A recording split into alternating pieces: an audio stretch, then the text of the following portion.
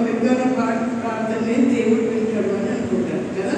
కానీ ప్రార్థన అంటే మనం మీ మమ్మీ డాడీ దగ్గర మాట్లాడతారు కదా, అదే మాట్లాడతారా? మాట్లాడడానికి మీకేమన్నా గ్రామర్ అవసరమా?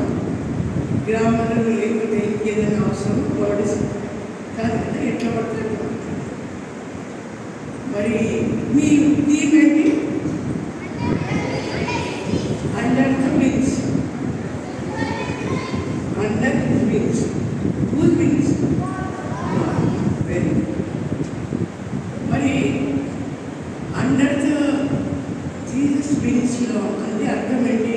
మీరు మాట్లాడకుండానే ఉంటుంది. చిన్న కోడి ఉంటుంది కదా, తల్లి కోడికి పిల్లలు ఉంటారు కదా, చిన్న చిన్న పిల్లలు చిక్స్ ఉంటాయి కదా. మరి ఆ చిక్స్ తల్లి కోడి ఏం చేస్తుంది? వాళ్ళు దూరం పోయి తల్లి కోడిని మర్చిపోతే ఆ చిక్స్కి ఏముంటుంది? గదో ఎత్తుకపోతుంది, లేకపోతే ఇంకెక్కడన్నా ఏమన్నా అవుతుంది, పిల్లి ఎత్తుకపోతుంది. అందుకే ఏమవుతుంది? ఆ వింగ్స్, ఆ కోడి పెట్టే వింగ్స్ దగ్గరికి వచ్చేస్తాయి, లోపలికి వస్తాయి. వింగ్స్లో ఉంటే ఏమవుతుంది? ఎండ తగలదు, వర్షం పడదు, చలి ఉండదు, ఇంకేంటి శత్రు బారి నుంచి కూడా తప్పచ్చు.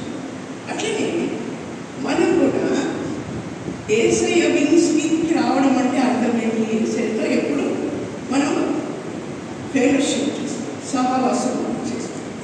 సరే, మరి ప్రార్థన అంటే మంత్రం ఏం కాదు, ఏది కాదు. ఇప్పుడు ప్రార్థన అంటే ఏమనుకున్నాం? యేసయ్యతో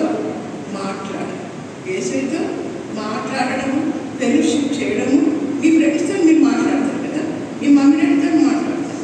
మరి యేసయ్యతో కూడా మాట్లాడడం, అదే మరి యేసయ్యతో సంబంధం కలిగి